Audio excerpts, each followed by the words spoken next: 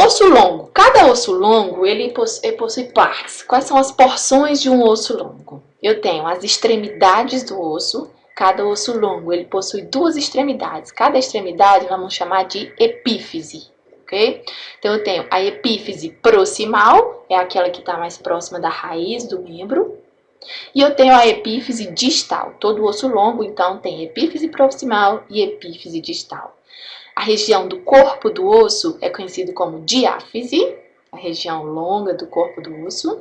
E dentro da diáfise existe uma cavidade, um espaço oco lá dentro, que é o canal medular. Dentro do canal medular é que fica a chamada medula óssea. O local que fica entre a epífise e a diáfise, a transição entre a epífise e a diáfise, é uma região conhecida como metáfise. Lá na metáfise do osso, em pessoas que ainda estão em fase de crescimento, a gente encontra uma cartilagem, uma linha de cartilagem ou uma placa de cartilagem nessa região da metáfise, conhecida como cartilagem epifisial. E é a partir dessa cartilagem epifisial que o nosso osso ele cresce em comprimento. Então, enquanto a gente tem a presença dessa cartilagem epifisial, o osso ainda tem capacidade de crescer em comprimento. Quando a gente passa da puberdade e alcança a idade adulta, isso aí vai ocorrer em torno mais ou menos de 18 a 25 anos, a cartilagem epifisial vai deixar de existir e vai ficar ali só a presença de uma linha óssea sem a presença de cartilagem. Significa que aquele osso não mais vai crescer, não tem mais capacidade de crescimento. Então, essa cartilagem epifisial ela pode ser muito bem observada em raio-x. Então, aqui a gente está observando o fêmur, que é um osso longo, né? A sua região proximal, que nós vamos chamar de epífise proximal, a região distal, que é a epífise distal. O corpo do osso, nós chamamos de diáfise do osso. O que não está aqui na figura, mas eu vou falar, é a transição entre a epífise e a diáfise. Ela é a região chamada de metáfise, tá? Eu vou ter a metáfise tanto aqui na região em direção à epífise proximal, como em direção à epífise distal. Eu tenho a região da metáfise, e é lá na metáfise que eu vou encontrar a cartilagem epifisial. Né? Cartilagem epifisial é a estrutura através da qual o nosso osso tem capacidade de crescer em comprimento. Tipos de substância óssea. A gente tem dois tipos de osso. A gente tem o osso compacto e a gente tem o osso esponjoso. Tá? A quantidade de material, a proporção de material que forma esses dois tipos de osso é a mesma. A diferença é que a forma dele se organizar. O osso compacto, ele tem os seus componentes mais próximos uns dos outros. A organização dele faz com que esse osso seja um osso mais denso, mais rígido. E o osso esponjoso, o nome mesmo já diz, ele tem a aparência de uma esponja. Ele possui espaço entre o seu material ósseo. E lá nesse espaço, aquelas trabéculas ósseas que formam essa estrutura que lembra uma esponja, ela vai possuir lacunas, e dentro dessas lacunas também a gente vai ter a presença da medula óssea. Então aqui a gente tem um corte transversal ou horizontal da diáfise de um osso longo, né? Então eu fui lá no corpo do osso e fiz um corte horizontal, e eu observo que a parte mais externa de osso, ela é formada por osso do tipo compacto. Né? Eu nem vejo, a olho nu eu não consigo observar os espaços entre a estrutura óssea. Já o osso esponjoso a gente consegue, né? As trabéculas elas se organizam de tal forma que ocorrem essas lacunas, esses espaços aqui entre a estrutura óssea. Lá dentro é o canal medular, local que vai abrigar a medula óssea.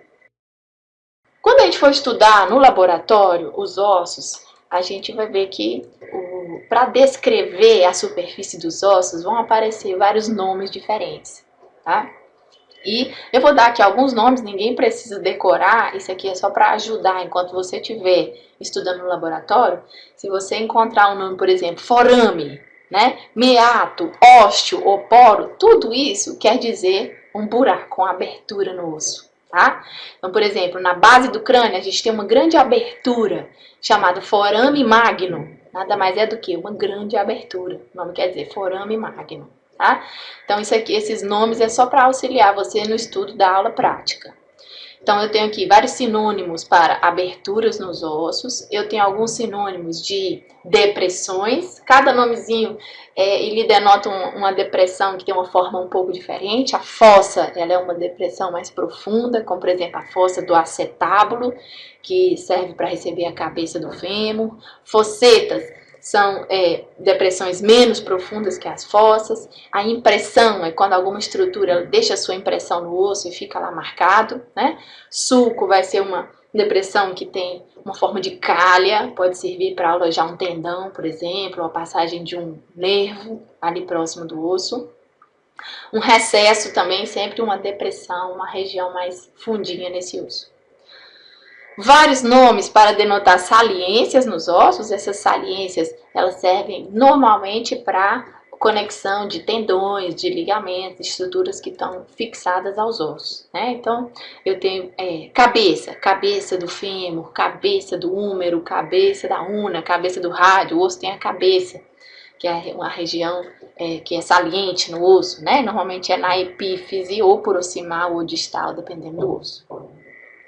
Côndilos, a gente tem no fêmur os côndilos femorais, a tíbia também tem os seus côndilos tibiais, são saliências grandes que vão servir para formar articulação, vão articular aí formando o joelho, né? Cristas, saliências que lembram a crista mesmo, eminência, tubérculo. Lá no húmero a gente vai ter a presença do tubérculo maior, tubérculo menor, tudo querendo dizer saliências. Tuberosidade é mais uma região mais áspera naquele osso, mais espalhada do que o tubérculo. Processo é um alongamento daquele osso. Uma linha, uma estrutura em forma de linha mesmo, uma espinha pontudinha. Tróclea, a gente vai ver a tróclea do húmero, uma região que serve para articular com a una, ok? Então, isso aqui é para te ajudar no estudo da aula prática. Então, vamos observar aqui alguns desses exemplos. Aqui é o fêmur, a gente observa, por exemplo, a cabeça do fêmur, bem redondinha, local de superfície articular.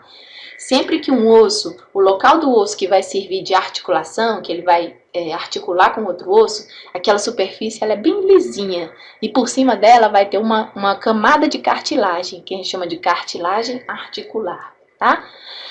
Lá na cabeça do fêmur tem uma pequena depressão que chama fóvea da cabeça do fêmur. Aqui é a região do colo do fêmur. Atenção que essa é uma visão posterior do fêmur, tá?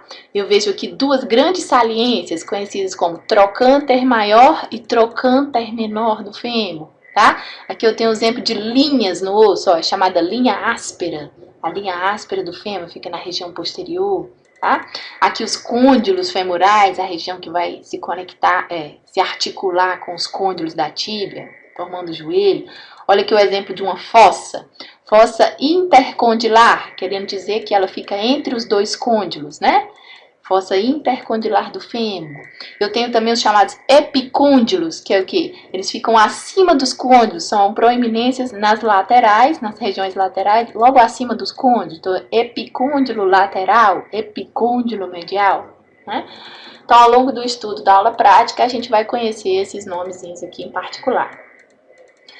Na base do crânio, a gente tem uma grande quantidade de forames, aberturas, né? Esse aqui é o mais famoso dos forames, é conhecido como forame magno, quer dizer buraco grande, né? Por onde vai passar aqui a medula espinhal e entrando ela já conecta com as estruturas do encéfalo, já se transformando ali no tronco encefálico. Alguns exemplos existem várias outras aberturas na base do crânio, elas servindo normalmente para passagem de nervos, de vasos sanguíneos. Aqui a gente tem uma estrutura bem pontiaguda, um alongamento do crânio, é o chamado processo estiloide. Esse nome significa que é o quê? Uma pontinha bem fininha em forma de estaca, daí esse nome é estiloide, né? Então eu tenho um processo estiloide aqui, de um lado e do outro, na base do crânio, né? A gente vai ver que o rádio e a una também tem o processo estiloide da una, processo estiloide do rádio. Aqui o exemplo de uma espinha, olha, essa aqui é a espinha nasal posterior, vendo que é uma pontinha, né, bem pontiaguda, ok? Um outro forame aqui, forame incisivo na região da maxila, tá? Então, várias estruturas aqui, os nomes a gente vai se acostumar. Periósteo. Periósteo é a camada de tecido conjuntivo, uma membrana conjuntiva que reveste o osso por fora. Então, todo o osso ele é revestido externamente por esse periósteo.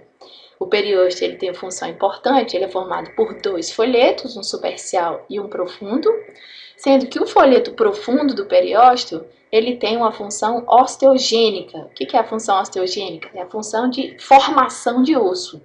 Então, quando eu tenho, por exemplo, uma fratura óssea, essa fratura, a regeneração dessa fratura vai contar com essa função osteogênica do periósteo. Ele vai produzir osso novo para a formação do calo ósseo e a regeneração do osso. Tá? Mas não é somente num caso de fratura que essa função osteogênica existe, não. O osso está o tempo todo sendo remodelado. O tempo todo a gente produz osso novo, a gente reabsorve parte do osso, porque o osso ele é um órgão, ele é uma estrutura completa. Ele tem vascularização, ele tem inervação, ele tem todos os componentes aí de um órgão. O periósteo ele também tem fibras nervosas que fazem inervação sensitiva. Então observe, isso aqui é uma epífise proximal de um osso longo, né? Toda essa capa aqui, ó, essa estrutura que lembra uma capinha, tá mostrando pra gente é o periósteo, né? Peri quer dizer em volta. Então o periósteo ele tem vascularização, ele tem função de formar osso novo. E ele tem inervação sensitiva. A gente sabe muito disso porque quando a gente leva uma batida, um trauma no nosso osso, a gente sabe o quanto dói, né? Então, uma batida no osso é porque ela é tão dolorida porque o nosso periósteo ele é rico em inervação sensitiva, né? Para a gente poder proteger, a gente precisa proteger o corpo e esse estímulo sensorial é para isso.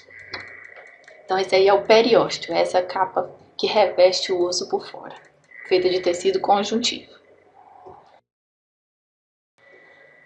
A nutrição óssea, ou seja, a vascularização do osso. Como eu falei, o osso ele é um órgão, né? Então ele possui uma vascularização abundante, uma rica rede de artérias vão nutrir o tecido ósseo, e a gente sabe daquela função importante que eu falei já muitas vezes, que é a função da medula óssea de produzir células do sangue. Então é claro, se eu tenho medula óssea dentro do osso, eu preciso ter uma grande rede de vascularização. Então, a gente tem umas artérias chamadas artérias nutrícias, que elas entram no osso através da diáfise, tá? Existem forames, buraquinhos na diáfise, chamado forame nutrício, por onde a artéria nutrícia ela entra, lá dentro ela vai dar ramos proximais e distais que vão se distribuir pela parte interna do osso, nutrindo ali de oxigênio, nutrientes, toda a região interna do osso. Nas epífises e nas metáfises, nós vamos ter artérias epifisárias e até artérias metafisárias, que vão nutrir essa região da extremidade do osso. E as próprias artérias do periósteo, o periósteo tem as artérias próprias deles, vão dar pequenos ramos que vão também entrar e irrigar a parte mais externa do osso compacto. Vamos dar uma olhada aqui na figura. Então, aqui nessa figura a gente está vendo a artéria nutrícia, tá? Tem um forame chamado forame nutrícia, acompanha ela aqui a veia nutrícia. Então, eu tenho aqui a artéria nutrícia entrando no osso e ela vai dar ramos proximais, ramos distais que vão se subdividir, se distribuir pela parte interna do osso, fazendo toda essa vascularização. Aqui eu observo a artéria metafisária, que vai nutrir a região da metáfise, e a artéria epifisária, que está nutrindo aqui a região da epífise do osso.